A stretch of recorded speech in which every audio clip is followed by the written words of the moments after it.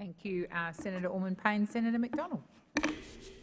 Thank you very much, President. I rise to bring the House's attention to some statistics that should ring alarm bells among those opposite who have the power to act.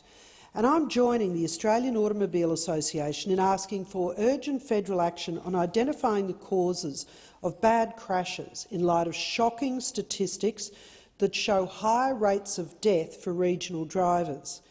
The AAA report that drivers in regional Queensland are more than 3 times as likely to be killed behind the wheel than their metropolitan counterparts. But in New South Wales, regional drivers are nearly 10 times more likely to die on the roads as city drivers. And in Western Australia, a shocking statistic, regional drivers are 20 times more likely to be killed while driving than metro drivers. Furthermore, for every 100 people killed in road crashes per month across Australia, 100 are hospitalised every day. As a resident of regional Australia, I'm appalled at these statistics, which show metropolitan road deaths in Queensland in 2022 occurred at a rate of 3.05 per 100,000 people, while in regional areas it was 10.24 deaths per 100,000.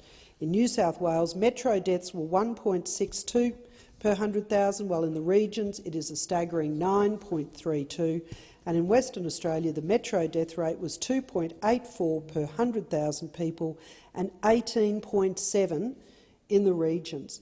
And in light of this information, you would think governments would instantly be able to identify the disparity between city and country road deaths, but this is not the case.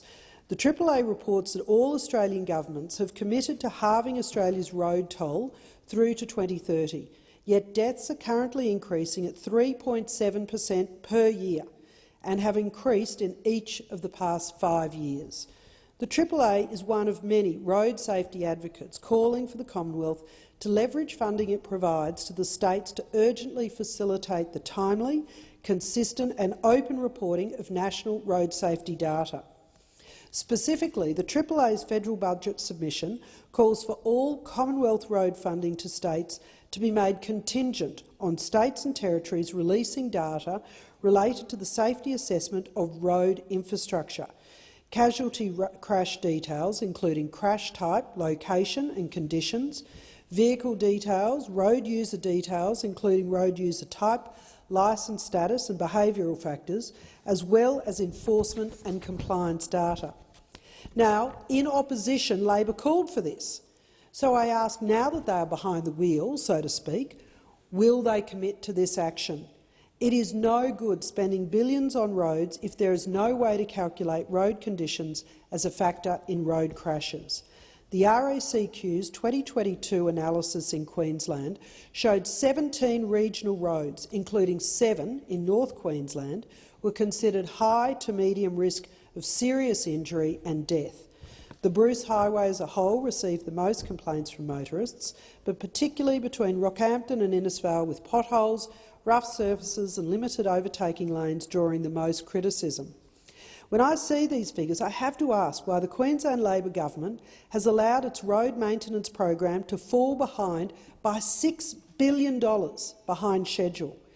The Palaszczuk government will throw billions of dollars at tunnels and bridges in Brisbane, it will find billions more to host the Olympics, and it will happily rip millions in speeding and other fines from motorists. But when it comes to ensuring that that regional people have decent roads, the money just isn't forthcoming. Just this week, I have it on good authority that federal funding for the Flinders Highway between Hughenden and Julia Creek is still waiting for matched funding from the Queensland Labor government. Now, anyone who's driven that road will tell you it's like a roller coaster ride, making it treacherous for all, but most especially the heavy vehicles taking cattle and minerals to Townsville, and soon equipment for the Copper String project.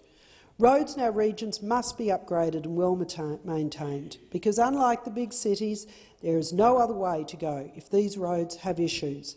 Each year, towns in Cape York and the Gulf are cut off for weeks and sometimes months by flooded roads, and that means supplies have to be flown in at great expense because there is literally no way to drive anywhere. add in substandard roads, and we can see why risks are higher. This is a critically important issue. Thank you.